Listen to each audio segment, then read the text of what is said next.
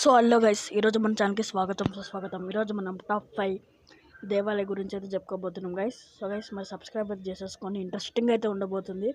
Top 1 వచ్చేసి మనకి లాప్షికా temple అనమాట. ఈ టెంపుల్ వచ్చేసి మనకైతే చాలా స్పెషల్గా అయితే ఉంటుంది. ఎందుకంటే ఈ టెంపుల్లో ఒక పిల్లర్ మాత్రమే ఈ టెంపుల్ని అయితే మోస్తుంది. అండ్ ఆల్సో గైస్, ఈ టెంపుల్ చాలా అందరూ రోజు వస్తూ ఉంటారు చూడడానికి. ఇది ఎంత మంచిగా ఉందో తెలియదు. నెక్స్ట్ వచ్చేసి టాప్ 2 వచ్చేసి మనకి ఈ గుడి పేరు వచ్చేసి బిజిలి మహాదేవ్. ఇది 12 ఇయర్స్కి ఒకసారి ఈ కొండపైన అయితే పిడుగు అయితే పడుతుంది. ఎందుకంటే ఈ గుడిలో ఆ పిడుగు పడినాగానే ఆ పూజారి ఎవరైతే ఉంటారో మహాదేవుడు అయితే మొత్తం లోపలికి వెళ్ళిపోతాడు. నెయ్యి కురవంగానే మనకైతే బయటకు అయితే రావడం అయితే జరుగుతుంది గైస్.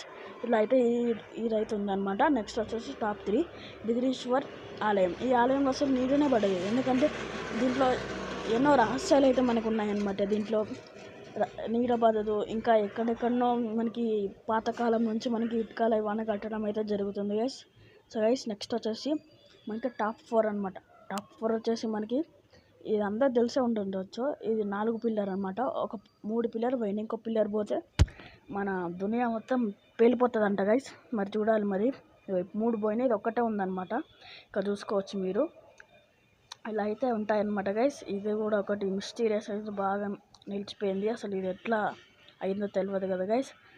చూసారా గైస్, ఇది ఒకప్పుడు ఇది ఇలా ఉండేదన్నమాట. రాజుల కాలంలో ఇది ఇలా ఉండేదన్నమాట. నెక్స్ట్ వచ్చేసి మనకి టాప్ 4 కొంచెం జోకుగా ఉంటుంది వినడానికి. అమితాబ్ బచ్చన్ టెంపుల్ అనమాట. ఈ టెంపుల్లో ఎవరైతే తన ఫ్యాన్స్ అయితే ఉంటారో వారు వచ్చి విజిట్ చేసుకోవచ్చు.